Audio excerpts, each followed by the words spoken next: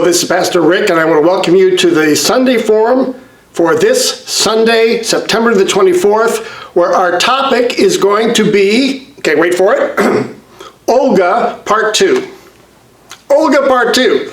Now, if you haven't seen Part 1, that was a film we did 2 weeks ago where we took a field trip out to the East-West Gallery at the Mercado, and we visited the owner, Olga Archangelskaya. And she answered this important question that we kept posing to her: where is God in the painting? And so we walked around her gallery and she showed us 3 pieces of work because we're interested in the spirituality behind the artwork. And she interpreted 3 paintings, and so we decided to go back out and do another field trip to visit her again at the East-West Gallery. But this time, we wanted to ask the same question: where's God in the painting? But we want to show our paintings. We want her to help us see God in the paintings that we're showing and not in the artwork merely in her gallery. And the reason is because so many of you have sent in artwork from your own homes where you have said that God has spoken to me through this art piece. We have over 20 paintings that we have collected. Now, of course, she can't interpret all of them, but we're going to show a few of them to her. She's going to respond. And once again, we're going to find where God is in the art. So let's start our field trip and go out to the East-West Gallery at the Mercado. Well, here we are once again at the East-West Gallery out at the Mercado. We're here with the owner, Olga Archangelskaya. We're just so pleased again to be with you here in your gallery. And I'm glad to welcome back people of Emmanuel to our gallery. Now we're adjusting our topic and our theme a little bit, Olga. When we came here the first time, we took a look at some of your art and asked the question, where is God in the painting? This week, we're not looking at your art, we're looking at the art from our people at Emmanuel, and we want then Olga to respond. And I think what you're teaching me is that these paintings are like our devotional life, our prayer life at home. In fact, we could probably title this video, Christ in Our Home. Is that correct? Even more so, we'd like to emphasize the importance of our home prayers and to see how art can help us to deepen our prayer. And here I'd like to quote Father Rick's book again, 8th Day Discipleship. This is the most practical book for me, the most practical theological book. And here is the quote: "The greater martyr of the church." Luther is often quoted as saying that Lord's Prayer is the greatest martyr on earth. The reason behind this sad commentary is that we kill the prayer every time we say it without thought or focus. In other words, all the time. So this can be what happens to us. It's the temptation that prayer is a martyr, and yet art can help in our concentration and in our focus of prayer at home. Now, I know you want to reach into your Russian background and teach us something about not just paintings, but their role as modern iconography.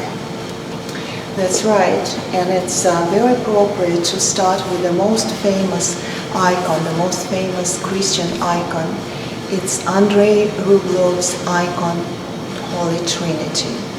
And we do not call icons pieces of art. So icons are not being painted but written like Holy Scriptures. And they are as praised and as important in Christianity as Holy Scriptures themselves. Which is fascinating. That's not something our people or I'm used to hearing.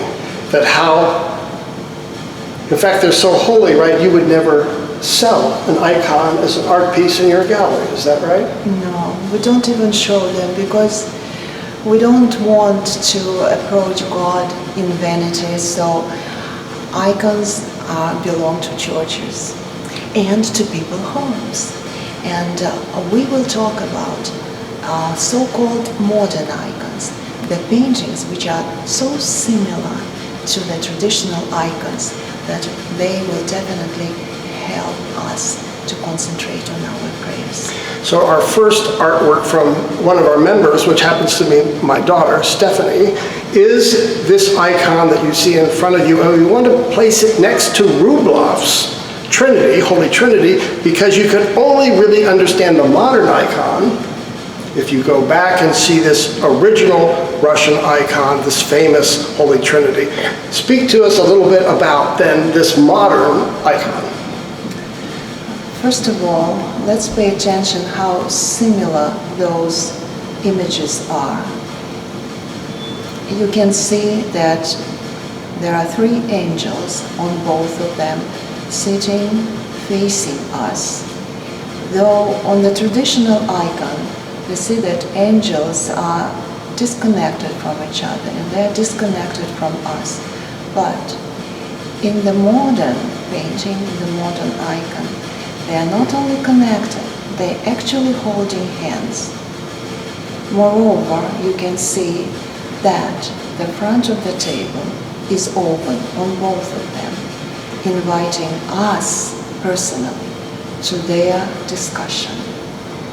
So here we have a modern and an ancient form of the Trinity who is inviting us into fellowship with the Trinity. And so when we see this artwork in our homes, in some old ways and in some new ways, it's inviting us into a prayerful life with the Trinity.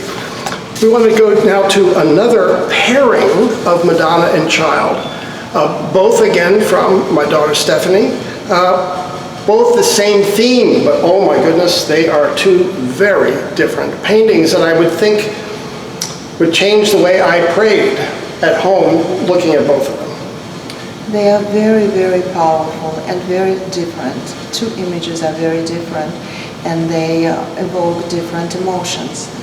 The one on the left is actually easy to interpret. A mother looks at her child and enjoys communicating with the baby. Again, this is the difference between the modern and traditional icon. You see the emotional connection between mother and child. The one on the right side is really striking. It is different. It's different from the icon traditional, and it's different emotionally from the communication, usual communication of mother and a child. If you see closer, mother's lips are tightly pressed. Her hands are very stiff. She's wearing lots of scarlet. She is almost grieving, but yet the artwork wouldn't be a real artwork without redemptive qualities in it. And where do you see this redemption? See, in order to conceal mother's sadness and grief, the artist put this ornament on her hands and on her face. And if you really look attentively, you will see the shapes of the heart, a symbol of love. Another feature is the child, obviously. The whole focus is on his eyes. And the eyes do not have any pain, do not have any fear.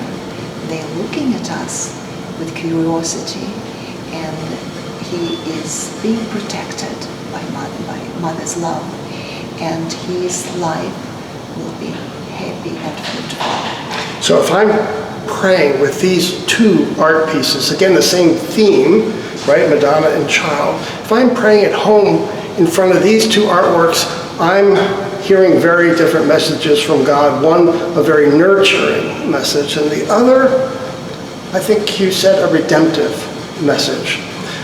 We now want to move over to another art piece that I brought, one that I own, of Joshua and Caleb ready to enter into the promised land. Let's go over and see that piece right now. In this artwork, we see a beautiful example of Japanese woodblock print made on the finest rice paper.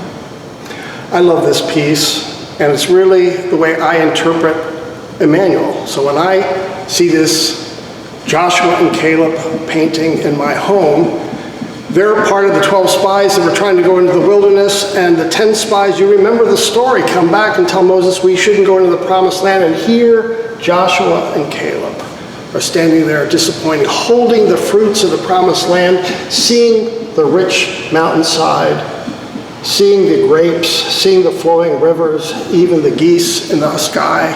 It's a rich land, a land of milk and honey, but they're not going in. And so when I see this painting, I always see God calling us as a congregation to enter into the promised land. Now we want to move over to some nature paintings. We want to see a very special painting by Melissa Schrader. Here we have a painting by Melissa Schrader, and you heard that right when I asked her where she bought the painting. She told me, to my surprise, that she had actually painted this in the 1990s. But as she saw your presentation, Olga, this is what she wrote about this painting and how she interpreted where God was in that painting. She writes, "The changing way of the water, life-giving and dangerous. The rocky shoreline, hard times in our lives. The hardy botanicals, clinging to our faith in troubled times. The lighthouse, beacon to aid others. Also, the lighthouse is Jesus, the light to which we focus and we follow." Absolutely true. And you can see in the front of the painting and the focus of the painting, almost dominating the painting, this tremendous rocks, symbol of strength, and also the religious symbol, Peter, Saint Peter, on which the church was Jesus built. Christ is building his church. Yes. And of course, the lighthouse, symbol of church here. And as church enlightens us with faith, the lighthouse sends its light to the sheep who are lost in the darkness and struggle to get to the shore. And then you see the people's dwelling around the church, like all of us gathering around the church. And the nature, the rugged nature, still clinging to life and watching, looking towards the lighthouse. Now, I have to say, many people sent in pictures of nature after they heard your talk last time. And as I'm talking, we're going to show two of those, just two of those. One by Clayton Bloomseth, and his painting, Perseverance, reflects a word that his mother gave him even in his youth. Also a famous artist who painted it, Thomas Kincaid.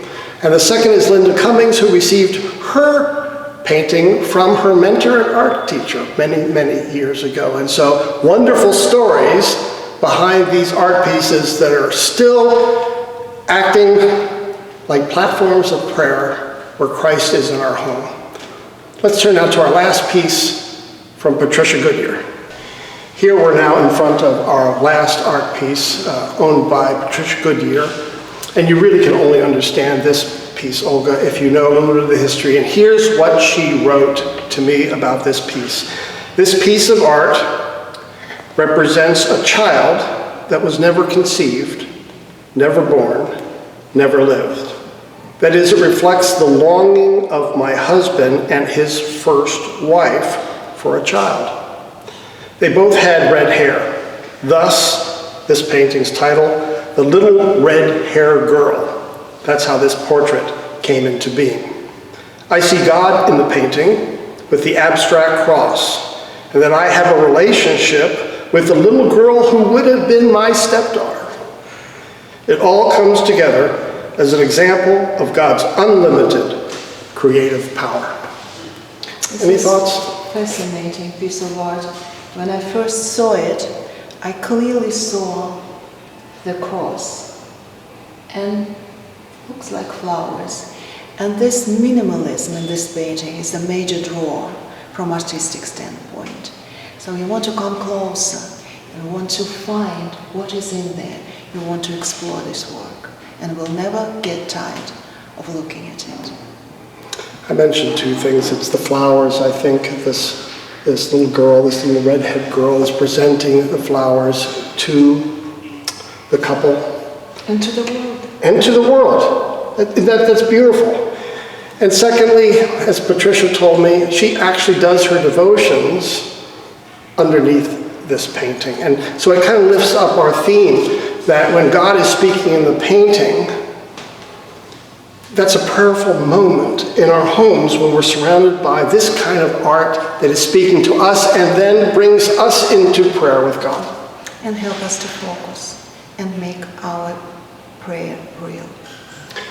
So, of course, we couldn't take a look and comment on each of the art pieces, although Olga said she would do that. I thought, no, the video would be too long, but Olga, you are making an offer, aren't you?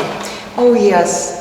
Thank you for sending us your beautiful paintings with your comments. I looked at all of them and will look, I promise, to look at all that will be coming. And I welcome you to the gallery. If you want to discuss it with us, please come anytime. I will be happy to see you and talk about your inspirational works. Remember, your art is not just saying where is God in the painting, but how does the painting at your home bring you into prayer where Christ is in your home? So again, thank you for joining us on this special edition of the Table Talks for the Sunday Forum. If you watch now, we're going to show you all the artwork that was submitted that we just loved. Thank you for sending it in as we hear in the background the song Amazing Grace. Again, thanks for joining us on the Sunday Forum. Thank you. Bye-bye now. Amazing grace, how sweet the sound that saved a wretch like me. I